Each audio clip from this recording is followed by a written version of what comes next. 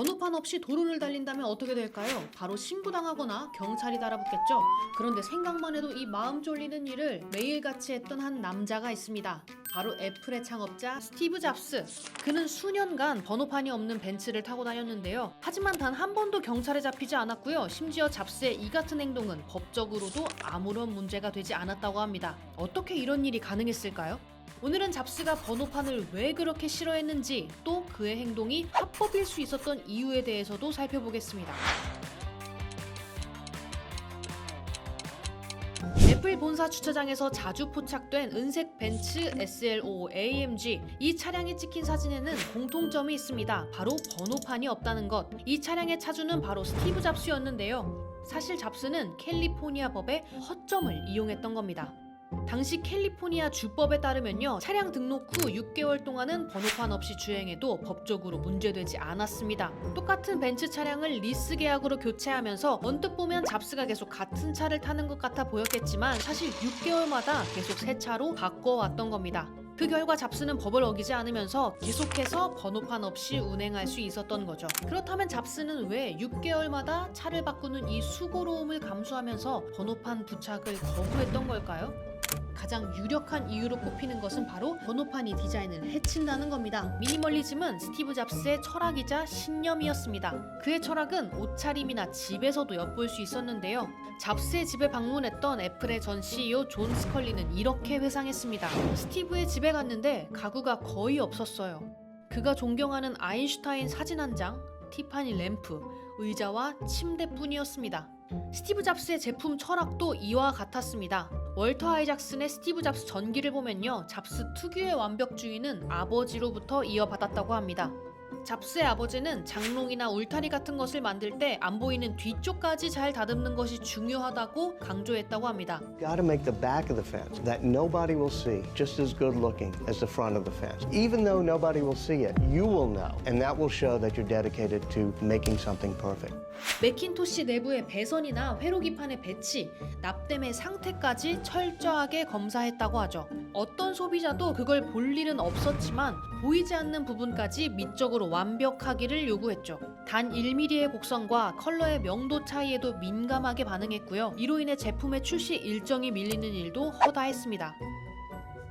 병상에서도 그의 디자인에 대한 강박은 여전했습니다. 의사가 그에게 마스크를 씌우려 하자 잡스는 마스크를 거부하면서 디자인에 마음에 안 들어 쓰기 싫다고 투덜거렸습니다. 그리고는 여러 디자인의 마스크를 가지고 오면 자신이 마음에 드는 것을 고르겠다고 말하기도 했습니다.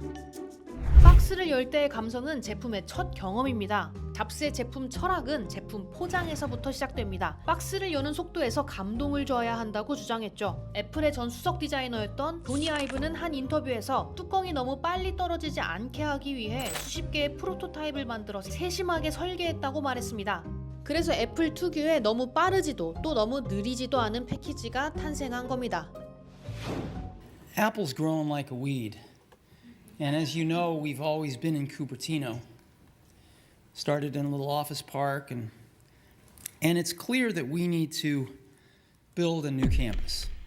애플파크는 잡스의 디자인에 대한 집착이 절정에 달한 작품입니다. 단순히 사무 공간이 아니라 가장 아름답고 창의적인 공간이길 바랬습니다. 그러면서 수많은 디테일에 개입했죠. 사무실 문을 열었을 때 느껴지는 저항감과 손잡이의 감촉을 만족스러운 수준으로 만들기 위해 이 손잡이만 18개월 동안 개발한 일화는 이미 널리 알려져 있습니다. 잡스에게 디자인이란 보는 것뿐만 아니라 느껴지는 것이었죠. 건축을 담당했던 담당자 노먼 포스터는 잡스에 대해 이렇게 말했습니다.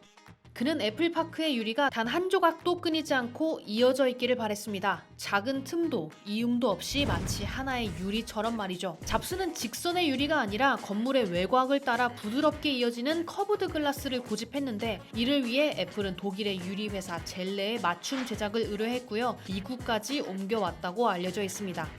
디자인에 대한 완벽주의, 집착에 가까운 그의 강박 때문에 애플파크의 공사 기간은 여러 해 지연될 수밖에 없었죠. 잡스가 번호판 없는 벤츠를 타고 다녔던 건 작은 것 하나도 미학을 따졌던 그저 그가 살아온 방식의 연장선이었던 겁니다. 2019년부터는 캘리포니아에서 차량을 판매할 때 딜러가 반드시 임시 번호판을 부착해야 한다는 법안이 시행되었습니다. 따라서 지금은 스티브 잡스처럼 번호판 없이 차량을 운행하는 것은 불가능해졌죠. 이른바 스티브 잡스 루프홀은 역사 속으로 사라지게 되었습니다. 번호판 하나조차 용납하지 못했던 스티브 잡스. 그가 이렇게까지 디자인을 통제하고 미학에 집착했던 것은 세상을 바꾸는 힘은 작은 디테일에 있다고 믿었기 때문입니다. 잡스가 포기하지 않았던 이런 작은 디테일들이 어쩌면 한 세대의 아이콘을 탄생시킨 것은 아니었을까요? 오늘 엔카TV가 준비한 스티브 잡스의 번호판 이야기는 여기까지입니다. 다음에 더 재밌는 이야기를 들고 찾아오겠습니다. When I was having one-on-one meeting, he said, "Oh, Masa, sorry, I have to quit our meeting." And I asked, "Why? Where are you going?" He said, "Well, my boss is calling me. Come quickly to my home because I want to discuss, as you know." And the next day he died. So even one day before he was, passing away, he wanted to talk about next product. So he was calling Tim Cook. That's the kind of spirit that a true entrepreneur would continue to have until you die.